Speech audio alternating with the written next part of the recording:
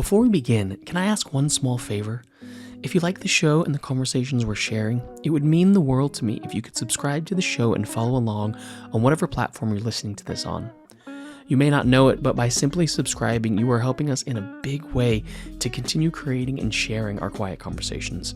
Thank you so much. Now, onwards to the show.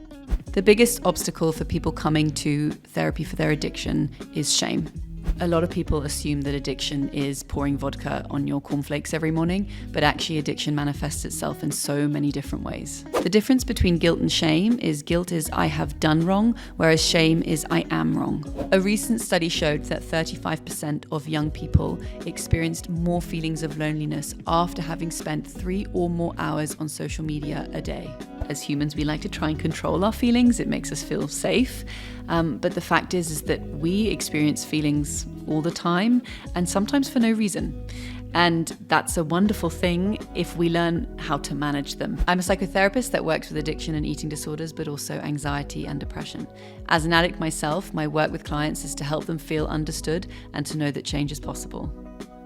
In this episode of The Quiet Life, we're talking about addiction, how it works, and how we can better understand it. Talitha Fosh is a qualified psychotherapist who's a member of both the British Association of Counselling and Psychotherapy and the Federation of Drug and Alcohol Practitioners. Drawing on her own personal journey of recovery from addiction, from drugs, alcohol, and an eating disorder, Talitha shares her unique perspective of how she can help others dealing with their own addictions and how to break free. She aspires to make a meaningful contribution to the well-being of others, and I'm so appreciative of her joining our Quiet Life conversation. Hope you enjoy. Tally, welcome to the show. Can you tell us a little bit about your work? What kind of work you do in this space? So I'm a psychotherapist. I work primarily with addiction and including eating disorders. As I have my own personal experience of addiction and eating disorders, I'm nearly 10 years clean. And it's when I found myself in treatment that I decided to sort of take a different course of life and started training as a psychotherapist. I don't work just with addiction. I also work with anxiety, depression, and relationship issues. There are a couple of different definitions of addiction. If you were to sort of use the Oxford dictionary definition, that would be the state of dependence produced either by the habitual taking of drugs or by regularly engaging in certain behaviours, for example, gambling. I would describe addiction as using something external to change the way we feel internally. And if, we're looking at all the things that we can access externally to change the way we feel internally, I'd say there's quite a few things that can make us addicted. Being a sort of addictions therapist is quite different to regular psychotherapy in that normally you wouldn't sort of self-disclose as a therapist. It's very much client-focused, obviously. But with addiction, it's actually very beneficial for the therapist to sort of slightly disclose a little bit of information about themselves and their recovery. I certainly know for me, when I first went into treatment, my therapist told me that he was 12 years clean from alcohol and drugs. And it was the first time I kind of paid attention because it was like someone knows, someone understands what I'm going through or how I feel.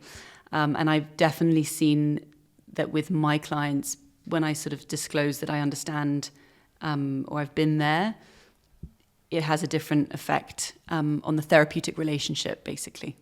Tally, if you don't mind sharing, what are or were your addictions and your process with them? So my first, what we call primary addiction, was an eating disorder. I was anorexic at the age of 14. I was then sort of threatened with hospital and whatever, and I managed to sort of gain the right amount of weight so that they stopped keeping an eye on me. But then I found alcohol, and in sort of my mid-teens, I found alcohol, and it gave me this sort of confidence that I'd always dreamed of having. And it was progressive, like with any addiction, it's progressive. So it starts off as perhaps being just like anyone else. But after a while, I was drinking at home and at every social occasion and behaving badly and causing harm to myself and other people. And then at about 21, I found cocaine. This for me was really what really escalated things. I had been someone that was really scared of drugs, actually, and was like, God, I would never do that. But once I found it again, it escalated things a lot, which with hindsight is a really, for me, a really positive thing, because I got clean at 22, and it could have continued, throughout many more years. And then I went into recovery from cocaine and alcohol. But once I put those down, as I talk about the sort of whack-a-mole, my eating disorder sort of reared its ugly head again, because I was suddenly faced with all these feelings and I didn't know how the hell to deal with them. And so, I was anorexic, but it wasn't just anorexia. I also was bulimic and overeating. And actually, some of the most painful times of my addiction was when I was overeating and binging, because whilst I wasn't like, I didn't look emaciated, I wasn't really thin, everyone would say to me, oh my God, you look really well, you're doing so well. But I had this like deep secret of binging and overeating, and it was so painful. But I was very fortunate that I went to treatment in South Africa for 5 months. And I learned a new way, I had to sort of gain the weight and everything, but I learned a new way of eating and having a meal plan and what that looked like. And food no longer was something, it didn't happen straight away, but food was no longer something that I was using to change the way I felt. It was just food. So it's sort of manifested itself in many different ways. But I'm very grateful to be clean and sober and in recovery from an eating disorder, because it's not perfect with food. As we say, it's not sort of black and white, can't just put it down. So it's learning new ways to manage it. I think that's really interesting, and obviously unknowing to you, there's actually a recurring theme on this show, and I think that's why a lot of our listeners do listen in, is that there is this element of personal relationship or personability or disclosure when working with patients or clients or people. And I think it's, in many ways, a testament to maybe more of an integrative approach, or an approach that is maybe a little bit more realistic or modern, per se. Was that something that you decided for yourself, or was that part of the discipline that you kind of have learned about disclosure with addiction specialism? I have to sort of think about what worked for me. I've had so much therapy over my life. From the age of about 12, I think, was when I started therapy. And I've had loads of different therapists. And the ones I've connected to the most have been the ones that, they don't tell me their full life story, but they're human, right? So they give me this element of understanding, or slight sort of bites of, oh yeah, I know this, or when this happened to me. Perhaps not even just in an addiction space, but you just feel there's just this element of not feeling, alone. And I work very much emotively on a sort of personal level, whereby my clients, if they see me as something, sort of the psychodynamic way, is that, the therapist is boss, right? The therapist is, knows everything. There is a middle ground, because the sort of humanistic approach is very much like the client does all the talking and the therapist kind of sits back and lets them do it. That didn't work for me. I needed to be challenged. And that's how I work, basically. I can be quite challenging. I can ask questions, sort of acting as a mirror, but I always do it from a place of, hopefully, from compassion and understanding, because I've been there. So that's why the addiction therapy works so well, as far as I'm concerned, because you have that sort of you identify with them, and it's sometimes difficult, because obviously I can relive some of my own experiences through my clients, but at the end of the day, I believe that the majority of the therapy lies within the therapeutic relationship between client and therapist, and if there's that sort of just a little bit extra of understanding, it can make it sort of, the relationship perhaps a bit more strong, or the client trusts you a bit more. I think above all else, it's remembering that we're still human at the core of any interactions that we have. And while obviously people are coming to you at their worst or their most vulnerable, knowing that someone is there, still seeing them and willing to engage or share is a really powerful thing. But if we go back to a little bit to just the idea of addiction therapy, obviously in most cases when we think of therapy, or stereotypically you think of addiction or addiction therapy, it's drugs, it's big moments of kind of addictive behaviors. Is that always the case, or how does it work? That's a really good question, because the answer is no. I mean, a lot of the times my clients don't come to me going, I'm an addict, I need help. It's more that we start looking at their behaviors and a pattern within their behaviors, that we're able to identify, okay, this is self-destructive. Why do I keep engaging with said behavior? There are a sort of portion of my clients that come to me having been to primary and secondary and tertiary treatment centres. So they come with an understanding, okay, I'm an addict and I need help sort of uncovering the emotional stuff underneath. But a lot of the behavioural addictions that, this sort of stuff that's a bit more subtle, that is not stereotypically, an addict, that is stuff you only really uncover once you sort of build a relationship with the client. Because again, as I say, it might be a gaming addiction. They a lot of the time they come to me and they say, this and this, but I don't want to talk about my gaming, or I don't want to talk about my drinking. Let's leave that well alone. It's nothing to do with that.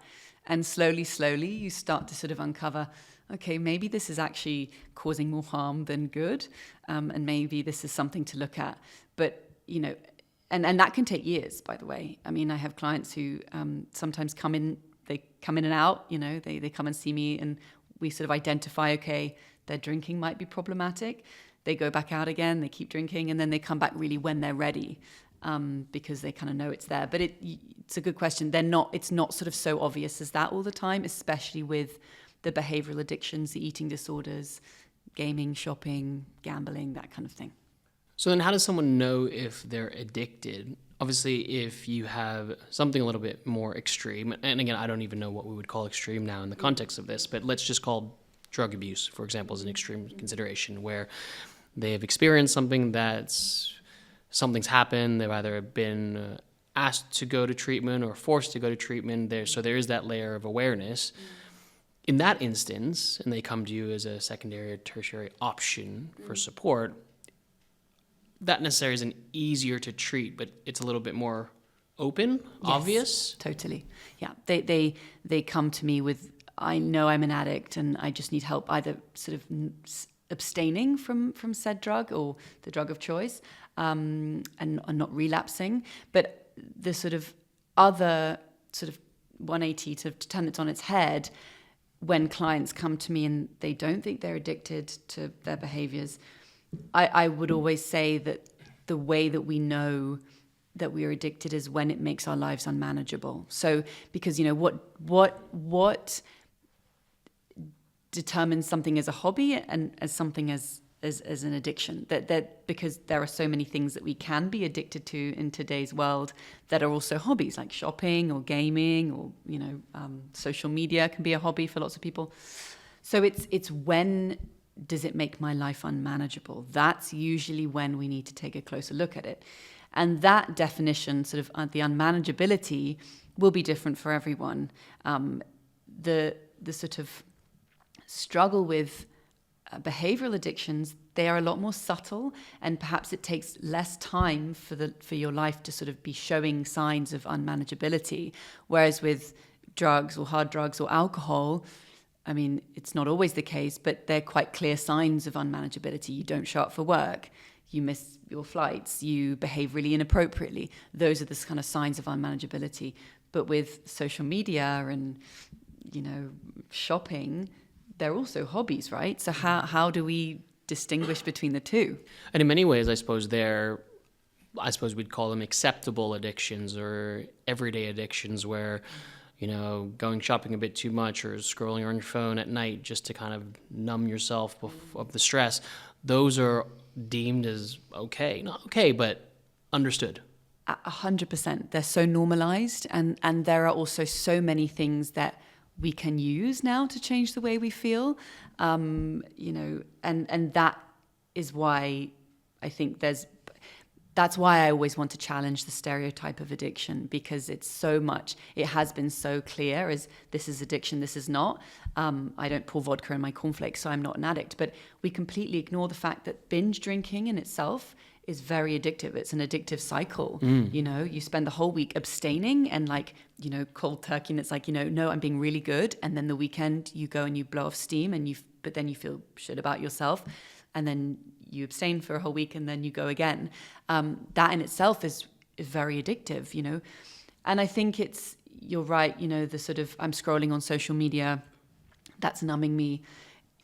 That is also not bad. I want to be very aware to not label that as bad and something that we shouldn't do. I think it's to look at why we do it when we do it. So there might be times that I'm on social media and I'm very aware that I'm doing it to take a couple hours to completely numb myself out. But I now have the awareness of, okay, why am I doing it today? What might I need before I go onto social media and scroll? Because I'm just as likely as the next person to sit on social media or TikTok for 3 hours. And it's so that is kind of then the bigger question, like why are we using these things to change the way we feel? What is it that we're feeling that is uncomfortable? And obviously there is a habitual element to it. That's a whole other conversation. But it does. It completely changes the way we feel. And of course we get dopamine from it, hits of dopamine. Do you think that there's a struggle with people, I wouldn't say calling themselves addicted to something. I'd probably dare say there's a bit of a struggle being labeled as an addict of something. But what is that process of self-awareness? Because I would tend to think that if people are coming to see you and they're not hardcore drug addict or something that's quite obvious, how do they even get towards that place of discovery? Are they just coming in and saying, I'm stressed? Yeah, that's usually what it is. Usually it's that they feel stressed and really anxious. And, let's, for example, they're stressed and really anxious and they don't know why they're so stressed and really anxious. So we look at their behaviours and there's always a pattern. There's always a kind of, once let's take dating apps, for example. People don't think, of course, they're not addicted to gaming apps, to date. Of course, they're not addicted to dating apps, but actually what happens is they'll have, they'll set themselves up for 3 dates in a week. And then at the end of the week, it hasn't gone well. They haven't got any more dates lined up. They feel really anxious and stressed. Right. But they don't correlate that with the fact that they've been using in some way, right? They've been swiping or they've been going on dates that haven't been fulfilling or haven't been what they expected it to be. And therefore they only can see, I feel stressed and I feel anxious and I need to get rid of that feeling. But actually that feeling is telling us a lot of the time, okay, what are we not paying attention to? And then it's about looking at the behaviors, because as I always say to my clients, the feelings won't change before the behaviors change, right? So we have to look at the behaviors before the feelings change. And that's really difficult because to change the behavior feels really uncomfortable, especially if we're used to doing it, especially if we're in a very sort of strong cycle of said behavior. So yeah, it's always about looking at the behavior first. Only then will the feelings start to change. It takes time, but they will. And so in this example of someone on a dating app, what's the solution? Because if that's where they get their sense of validation or sense of likability or sense of connection, becoming aware of it and then taking it all away, does an addictive behavior need to be replaced with something else? Yeah, so that's a really good question. I mean, what I would say about addictive behaviors is like, the fairground game, whack-a-mole, when you whack one mole on the head, it goes down and then another one pops up. That is very much what addictive behaviors look like. That's exactly that's been my experience of it. When you think you've kind of got one under control, and it will continue like that unless you do the kind of internal work. And the only way to do the internal work is to abstain. And there is this wonderful psychiatrist who I love and follow her work, who wrote a book called Dopamine Nation. And she talks about the levels of dopamine in the brain and it coming from the same part. Pain and pleasure come from the same part of the brain. And once we have a hit of dopamine, we want more, right? And then in order to get back to what's called homeostasis, we always need to feel pain, before we kind of equal out. And she said that it takes about 30 days to reach that homeostasis level. It takes about 30 days for us to come back to a place where our brain has kind of recalibrated. And that can be really scary and sound like a long time. But, if you think about any sort of rehab model, it will always be 28 days or 30 days. And there is a reason for that. It's because if we need to remove ourselves from the behavior or from the thing that's giving us that hit of dopamine, and the thing that we're sort of using to change the way we feel, in order for us to do that internal work. Now, obviously, as I say, we put one thing down, we pick another thing up.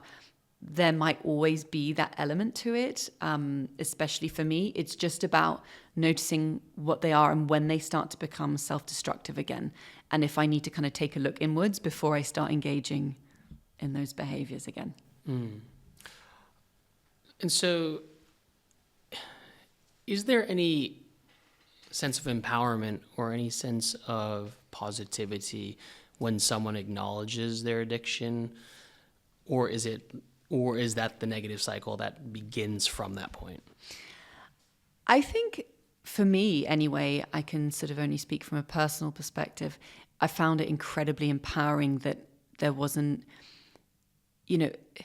obviously there's a fine line between looking at addiction as being a disease, they call it sort of the disease of addiction or a malady of the mind. Also in recovery, we call it a sort of spiritual illness. Mm-hmm. So there's like a hole that we have that we're trying to fill. But I found when I was first sort of called an addict or was told, yeah, you're an addict, there was something really liberating about it, because it was like, oh, I understand why I keep behaving the way I do. There is this sort of, a lot of people think, not everyone, but that it's just a lack of willpower, and then it's just something, oh yeah, well, they've got a choice with how much they drink. And they have a choice whether they pick up that first drink, but they don't have a choice how many drinks they'll have once they start. It's the same with any addictive behavior. Once you start, you don't know when you'll stop. You might sometimes, have one or two drinks, in my example, but the majority of the time, you safely can't say, like when I pick up social media sometimes, I can't say how many hours or how many minutes I'll spend on it. And to be able to sort of have that, I'm an addict, it just helps in terms of understanding my behavior. And there is a lot of shame around addiction, which is why a lot of clients don't like using that word, because it's like, oh my God, I'm not an addict.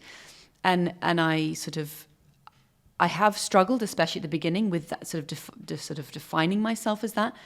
But also, there is nothing to be ashamed of. It's actually, as I always say, more common than you think. There are, of course, different levels, but it's about taking that shame away from that word, because it's not something to be ashamed. It just describes how we behave, basically, in addictive ways. But I often hear that when we talk about addiction, there's diagnoses, and then what you're talking about is awareness of addiction. Mm-hmm. Are we talking about two sides of the same coin? Yes. I mean, it's very difficult, because I wouldn't call everyone an addict, if that makes sense. But I would say we're all addicted to something. So I think you're right. There is a difference, but it is under the same umbrella. And we all have addictive behaviors, but whether or not I am an addict might be slightly different. It also depends how people want to speak about their addictive behaviors. A lot of people say, oh, well, I just have an addictive personality. And that kind of makes them feel that they're not, I'm an addict, but oh yeah, I identify with the behavioral element to it.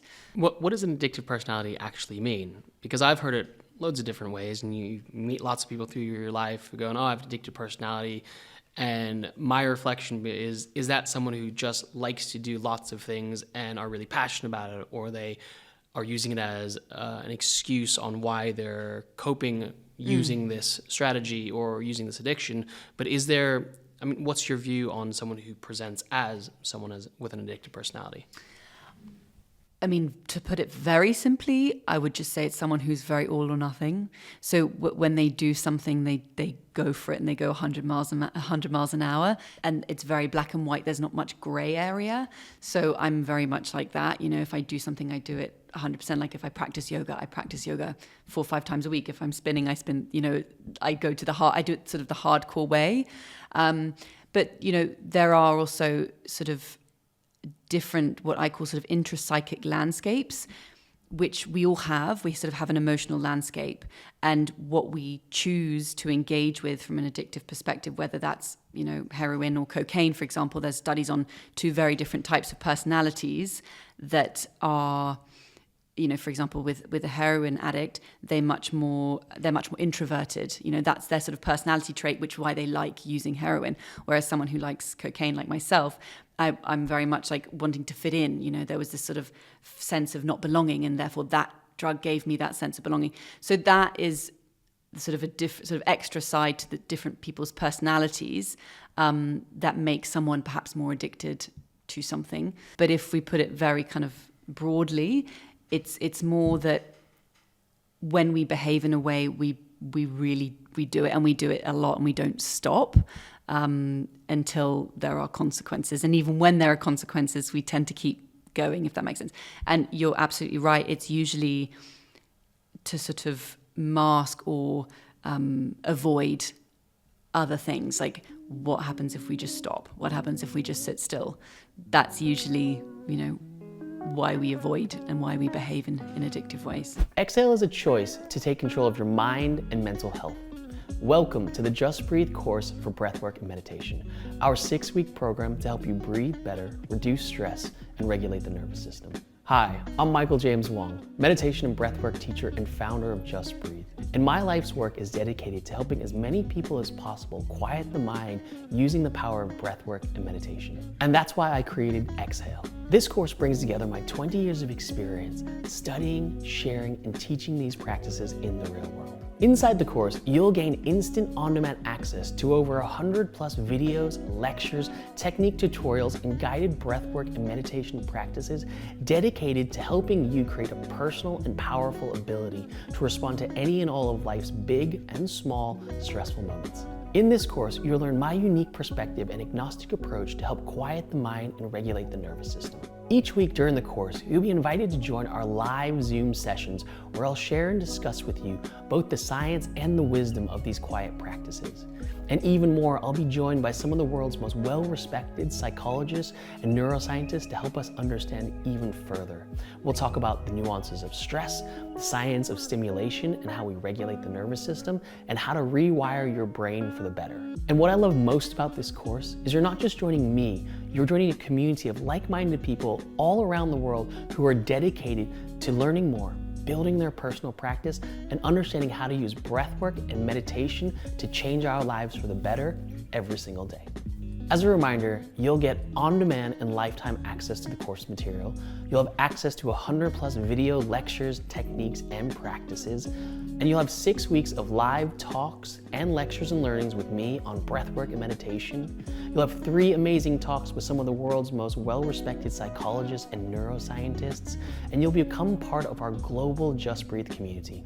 So join us on the journey as we take control of our mind and mental health. Welcome to Exhale. The course is now open. See you on the inside. With some of your clients or patients who have addictions or are addicts, how does it come full circle? Like how do we break that addiction?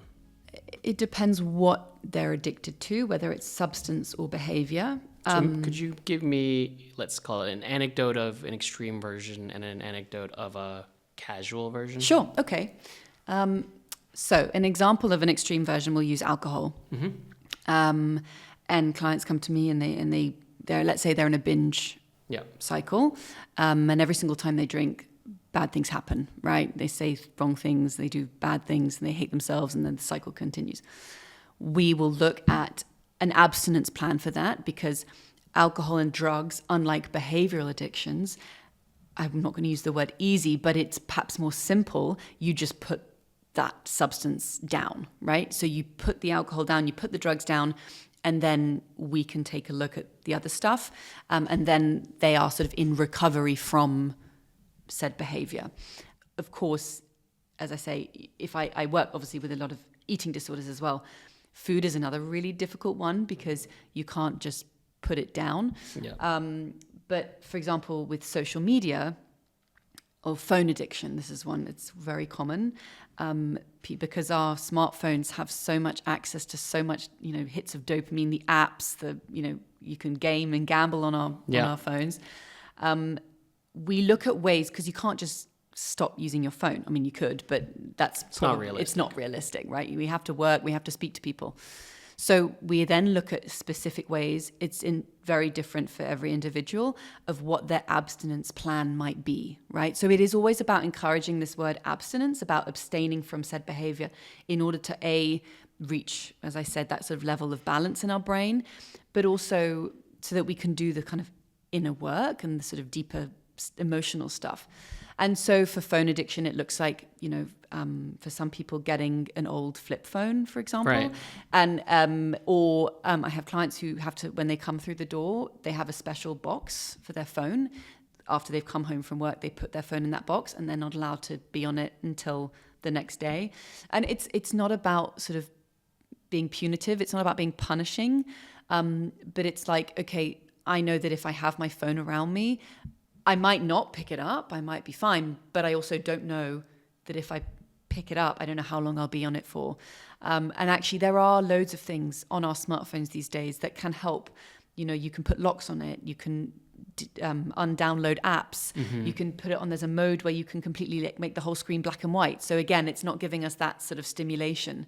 So I think with something like alcohol and drugs, and food as well, you have an abstinence plan, right? So you have a meal plan, and that's something that set times when you eat, what you eat. Sometimes it has to be that specific, But the difference between the abstinence of the alcohol and drugs, which you just put down, and some people with gambling and shopping as well, they just don't do it. But with sort of other behaviors like social media, food, coming up with an abstinence plan with them that we can sometimes tweak, that then they go forward with, and they go, okay, this is my abstinence plan. And it just also makes you feel empowered, right? It's like, oh, I cannot do that. And what happens to me when I'm not doing it? What do I feel? And it just becomes a little bit more introspective. So when you're supporting people with addiction, looking at any number of those things, does moderation not play any part in it? The honest answer is no. I would say no. I would say it might come round to it. So let's give you a personal example. When I was in treatment for my anorexia, I was on a very strict meal plan and very strict exercise plan. Basically, I wasn't allowed to exercise. And when I came back to London, I was working with a nutritionist and a therapist, and it took some time, but eventually we got to this place of, okay, I can trust myself to exercise in a way that is not overdoing it and that is not addictive. But that takes time. And I guess in that perspective, then I guess that is moderation, right? I exercise, not every day anymore and not for hours each day. Yeah. But I still exercise because I want that in my life. It makes me feel good about myself. It gives you all these wonderful things. But it's definitely at the beginning trying to abstain for a certain period of time before then going back. It's not to say that you can never engage with it again. So in many ways, the moderation is the outcome. Right. Absolutely. Yeah, that's the goal. Yeah. Right. But so going back to things like alcohol, and obviously there's a lot of conversations around things like alcohol being hereditary, people being more predispositioned to it. How do you navigate those waters when there is other consideration or other factors that aren't just you have created a big Friday night behavior in your life? Well, these things that we look at can only be looked at once we are abstaining from it, if that makes sense. Like, you're absolutely right. There are a couple of different genes that I have written about, whose name I can't remember, that affect the way we taste alcohol, the way we affect the way we absorb it. And so there's this there's this gene that makes for some people alcohol really bitter. They're obviously then much less likely to be an alcoholic, whereas, the opposite can be said for people who enjoy the taste of it. So there is obviously that element to it. There is also the nurture element to it, because the whole sort of addiction sphere, is it nature or is it nurture? And I'd say it's 50-50. There is no outcome. No one has been able to prove whether it's one thing or the other. A lot of the time, if alcohol is hereditary, if it's in your family, you're much more likely to obviously have the genetics of it, whether that's how you absorb it or how you taste it. But then there's also the nurture element to it. And that element to it's very interesting, because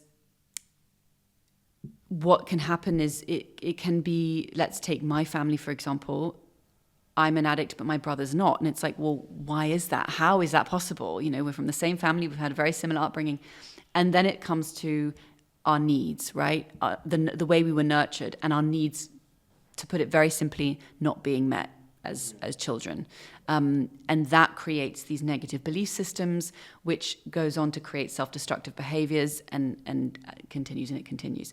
But we only really are able to look more closely at that once we've put the alcohol down. So we're able to see, okay, why might I be doing it, or what might be the wounds that I'm trying to cover up. Speaking of that, like for children as well, though, is there a greater predisposition to addiction if they have experienced things like trauma, or if they've experienced kind of challenging life situations? Is that something that puts them on the path to addiction, or is that unrelated? Well, so the ACE, the Adverse Childhood Experience Study, that I think studied over 17,000 people, adults, was looking at their childhood and adverse experiences that they had. And it was very interesting to see what happened to these children as they grew up in terms of addictive behaviours and addiction. And findings showed that people who had 4 or more adverse childhood experiences or traumas were twice as likely to smoke, 7 times more likely to be addicted to alcohol, 10 times more likely to inject drugs, and 12 times more likely to have had a suicide attempt. So you can see here that is a huge, trauma plays a huge part of it in terms of, going on to engage in addictive behaviors. And it's because of the wound that these adverse experiences leave within us, and the shame that is created as a result. That for me is, amongst all of my clients that I've worked with and myself, what is sort of the underlying sort of struggle or pain is the shame that they carry. So, it's, as Gabor Mate puts it, avoid, I would do anything to avoid. And I love that, because shame leaves that void, and shame is so insidious, but it also dies on exposure, right? As soon as we talk about it, as soon as we share it, which is why so many of these 12-step fellowships work, because people who are sharing their shame. So whilst there are, of course, different levels of trauma, big trauma, little trauma, having trauma in your life, as it says in the study, absolutely increases your chances of engaging in addictive behaviours. What would be defined as a little trauma versus big trauma? So a big trauma is something that happens that, can create PTSD, so something like sexual abuse, a bereavement. Little trauma is more smaller moments when your needs weren't met as a child. So like feeling unloved. Or having an experience. You see lots of children who, as children, we don't really know how to express our emotions, and, we will be upset about things, or we cry about things. And it's when we're told that that's wrong, or when we're told, don't cry about that. I mean, I use this very sort of simple and trivial example about coming home from school and someone said that they didn't like your sneakers, and you being really upset about that as a kid, as an 8-year-old, like you love these sneakers and it's so important to you, and you're really upset about it, and your parent or caregiver tells you to stop being stupid, like it's just a pair of sneakers. That's really confusing for a kid. For them, they don't understand why someone that they really trust and someone that they look to keep them safe is telling them to feel something completely different from what they're experiencing. And so it invalidates their experiences. And that you then you carry with you, and you feel like there's something wrong with you, which is the sort of shame. The way I kind of distinguish between guilt and shame. Guilt is I have done wrong. Shame is I am wrong. And this feeling of shame, this feeling of wrongness, I know that's not a word, but this feeling of wrongness continues with you. And you're, of course, going to engage in self-destructive behaviors if you feel on a sort of deep level that you're wrong. But it's not necessarily conscious. And a lot of people say to me when they come to therapy for the first time, yeah, I don't want to go back and look at my childhood. There's no point. Like it's not going to make any difference. I just want to figure out why I'm doing what I'm doing right now. And of course, the point, it's not about going and uncovering every small moment that you were upset, but it's actually about giving a voice to that young person who felt invalidated and validating your experience now as an adult. And it can be incredibly healing. So is that why as adults then oftentimes we carry that shame, and if it's not explored, I guess you would say, in a therapeutic sense, that addiction becomes of it? Do we find ourselves addicted to things that we felt weren't nurtured as a child? Yeah, I mean, that can definitely happen in terms of, food is a big one, relationship to food. If that wasn't nurtured as a child, or if that wasn't shown, or what's the word I'm looking for, portrayed in a healthy way, we can, of course, then develop these addictive tendencies around food because of what we've learned. But shame, we don't always know that we feel shame until we start looking at our behaviors and how we truly feel about ourselves. And addictive behaviors cover that all up. We don't have to ask ourselves those kind of questions, because I don't think I had any idea that what was really causing me pain was the shame that I was feeling. I just assumed it was because bad things kept happening. But it is just, it's very insidious, and it can kind of grow and continue to manifest until we access it, until we really share it. I mean, for me anyway, that was my experience, until I shared even the feeling of why I feel ashamed. And it's not just perhaps shame of what happened in the past. It's also shame, day-to-day shame, right? Saying the wrong thing in a social situation. If you have lots of kind of unresolved shame, you go to a dinner and you say something that you then end up for the next few days beating yourself up about, like, oh my God, why did I say that? For someone who has, we all have some shame, we all human, but for someone who has unresolved shame and it's really deep, that will be like, just really bring up, the trauma for them, and it will be kind of over and over again. Oh my God, there's something wrong with me. Oh God, why did I do that? Whereas someone else might be able to be like, oh, whatever. But then, let's put alcohol on top of that. You get drunk at this place, you don't think about whether or not you're saying the wrong thing. And therefore, it actually kind of encourages the shame. It keeps it going. It keeps it kind of surviving. Yeah, it's a coping mechanism. Coping, exactly. You say in your book that everyone's addicted to something. Yeah. How does one know what they're addicted to? And I'm just trying to choose my words carefully.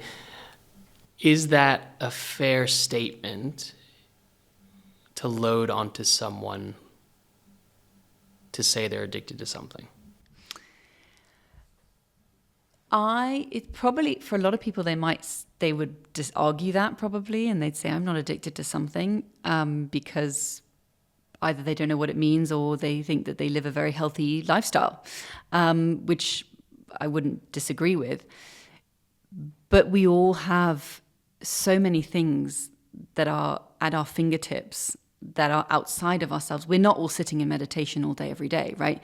We drink coffee. Some people smoke cigarettes. Some people exercise. Some people use their phones. Some people, love hiking, for example.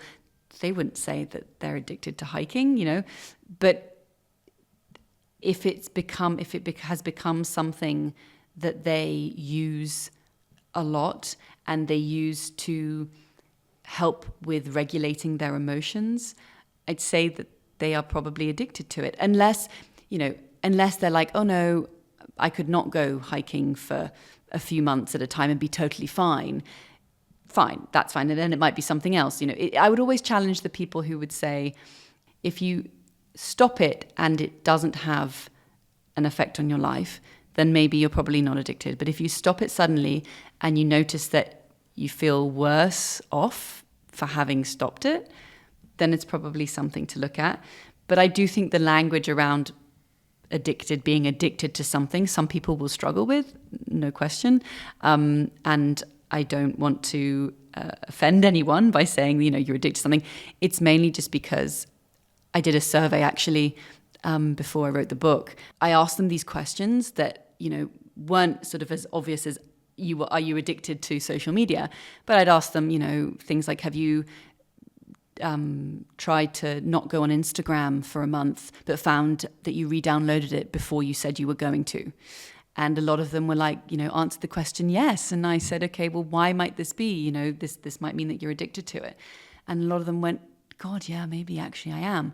So it's asking the right questions and not obviously being accusatory. And if some people don't want to identify with it, that's of course absolutely fine. I think using it as a way to kind of take the sting out of that word as well can be helpful because, as I said, there are so many things that we can use to change the way we feel. Yeah, and I think like anything, words have power, and I think it's the connotation of how we're using it, especially in the context of this conversation. I forget where I heard it, and I'll paraphrase, and I apologize for not having the context of it, but it was something along the lines of the choice of your words, choosing your words. The difference between choosing your words can be getting your point across versus causing harm or intentionally being harmful. I think one thing that I find interesting, though, is if you look at the other side of the spectrum of it, because I know you talk about addiction as a spectrum, is what if someone is doing it as a passion or even a profession, like say they're a professional dancer or they're an athlete or they're a painter, and they paint because it allows them to cope with stress. In that instance, would you consider them an addict of their discipline? Probably, but then it's not a bad thing. Like, they have to be, right, in order to achieve what they achieve. Professional athletes have to train all the time. It becomes their whole life. And actually, if we look at professional footballers, when they stop playing football, a lot of the time they really struggle with depression and there's the highest rate of divorce in footballers once they leave their career. That has an impact because it becomes their identity. And of course, there will be addicted elements to how they play football and how they train because it's all or nothing, right? They can't just sort of do it half-heartedly. So I would, yeah, but as you say, I don't want to cause offense to anyone who is an athlete, is a professional athlete. And I'm sure they would probably, well, maybe not all of them, but say, okay, yeah, well, I have to train like that in order to achieve results, and 100%. But it's what happens when you stop. Yeah, and I think it is. It's like you said. It's that healthy understanding of what you're doing, almost when you're not doing. If the football player in his downtime is, not watching every game and replaying every play that happened, but is actually playing a video game or going hiking or spending time with a family, that's a different, maybe a healthier approach to passion or dedication. Totally. I mean, in your experience with clients or anecdotes or stories within your community, have you come across people with interesting or maybe a little bit different kind of addictions? Because it's obviously easy to think about the drugs and the alcohol and the exercise and the food, but have you come across anything that's maybe a little bit more interesting or even maybe a bit more lighthearted? Mm-hmm. So my favorite anecdote and story is of Dr. Anna Lemke, who I was talking about, the American psychiatrist who works with addiction. And when she had her first child, she would read romance novels to help her fall asleep. She found it really soothing. She felt, way to unwind at the end of the day. And after a while, she realized that she couldn't sleep unless she had read a romance novel. And then she started to notice even more so that she would take these romance novels into work with her. And in every break that she had, 10-minute break in between patients or in her lunch break, she would pick up her romance novel. And she described the fact that, oh my God, I'm addicted to these romance novels. How on earth can anyone be addicted to romance novels? But it was what she was doing it to avoid, and also the fact that these romance novels were giving her a hit of dopamine every single time she picked them up. And therefore, she wanted more and more and more. And so she describes her sort of period of abstinence, this 30 days of abstinence, as really hard. She kind of went into withdrawal from it. But, that's one that people really don't see as being addictive. Books. Everyone encourages you to read books, as do I. But it's the way in which we read them and why we read them when we read them, right? So if we can't put them down when we need to, or we pick them up at every given opportunity and we can't just sort of be with ourselves and reflective, then maybe it's something to consider. It's a really interesting thing these days of how much we can all struggle with being by ourselves or being in a space where we're not doing anything, whether it's reading a book or watching TV or going out or and those types of things. And I think it's a lost connection that we have with ourselves that I think, as you said in your book, is anything outside of ourselves that we can't manage. And it's a really interesting concept purely because of how far we've distanced ourselves from ourselves. Totally. And it's a really interesting thing, right? Because it is that sense that we look outward for ways in which we find connections. We look outward for things that increase dopamine and stimulus. We look outwards for things that kind of captivate our attention because we don't know how to put our attention back on ourselves without anything to do. And I think it's a really fascinating conversation because it starts to maybe remove some of the stigma of addiction that it's only held for the extreme cases. And I think part of that is a necessary thing in everyone's own evolution of that. We live in the time or the generation where stimulus is coming at us. And so inevitably, by nature of stimulus coming and dopamine being received, we are having those tendencies or those bigger kind of addictions too. I suppose what I find really interesting is how do we best identify it in ourselves? Because oftentimes I feel like we can see it in others easier than we can see it in ourselves. You know the friends that are always on their phone and never look you in the eye. You have the friends who are always gunning for a big night out and never say no to anything. And you have those things where you can see friends or family just getting another thing on Amazon or the old packages arriving at the front door and no one wants to talk about it. I mean, how does that conversation work? I don't know if that's within kind of things that come up with your clients and your patients, but how do we work towards self-identifying and also supporting others? Supporting others is, when it comes to the extreme addictive behaviors, is quite different. Well, yeah, it can be quite different to supporting others with behavioral addictions, but actually people's response might still be the same or might be very similar. I think the most important thing to remember with any addictive behavior is that you can't change their behavior. You can't change other people's behavior.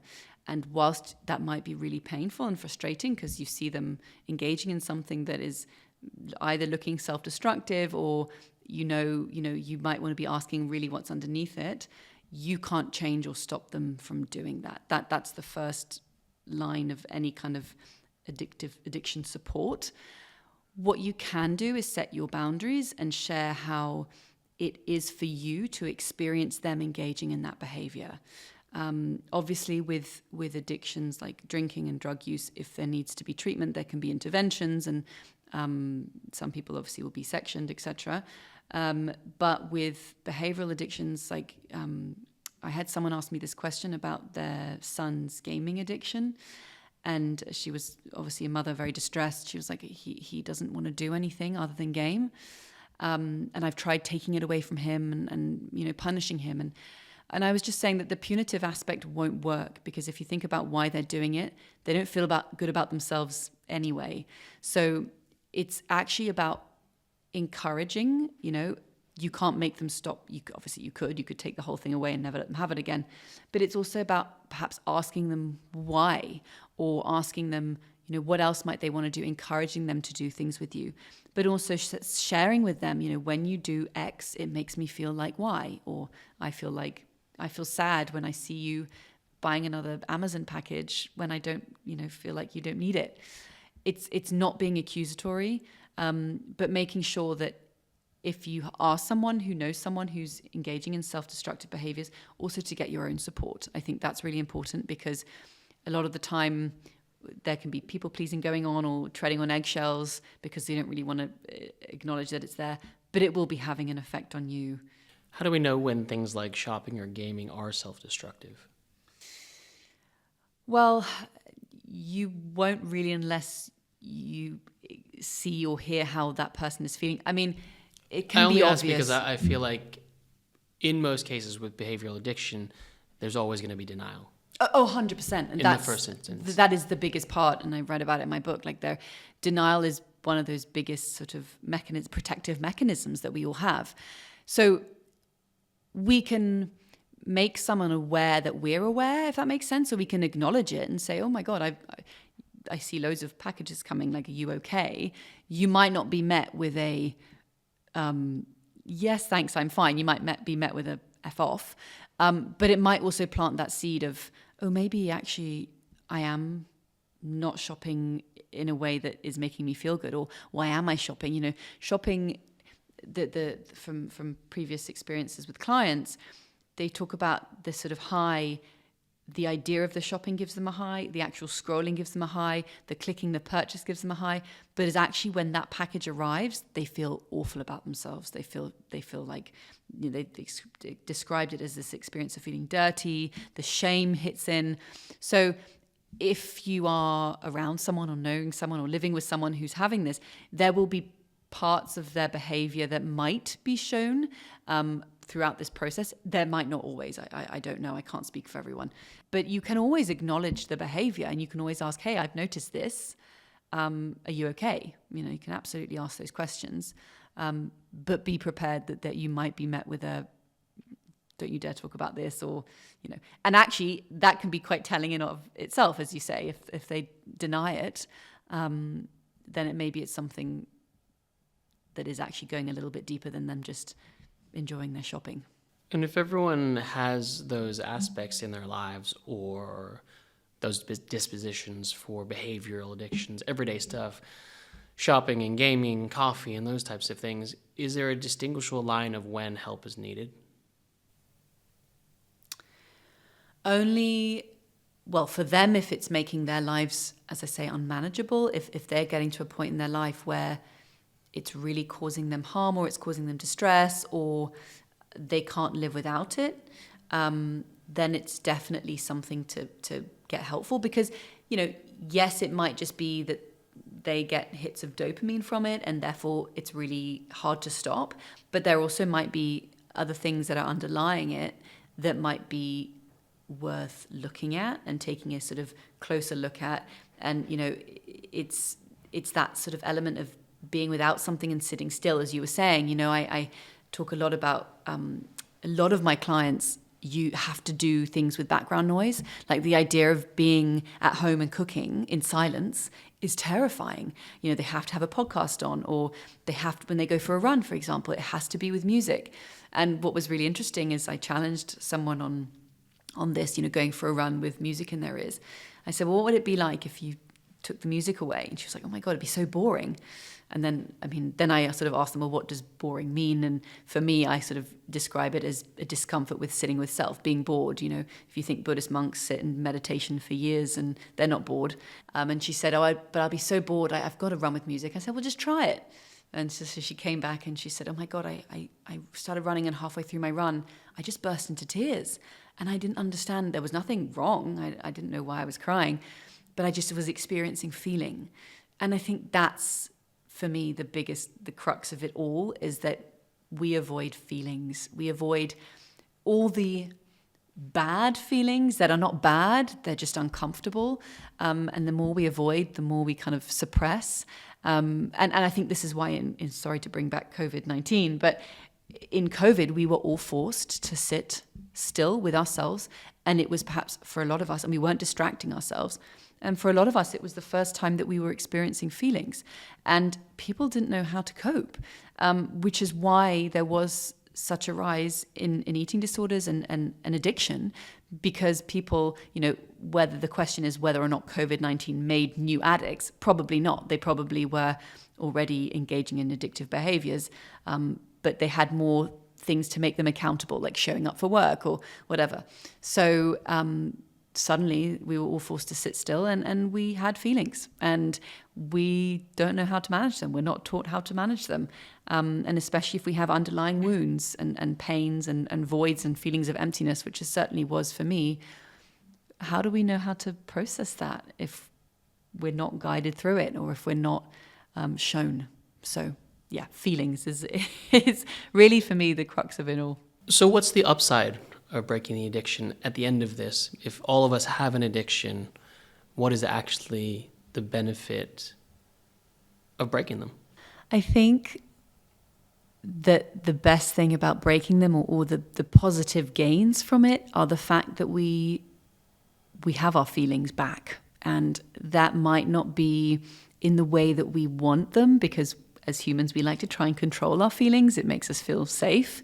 But the fact is that we experience feelings all the time, and sometimes for no reason. And that's a wonderful thing if we learn how to manage them. My favorite quote from Jonathan Martinson is, "Feelings are like waves. We can't control when they come. We can't control how big they are, but we can learn how to surf them."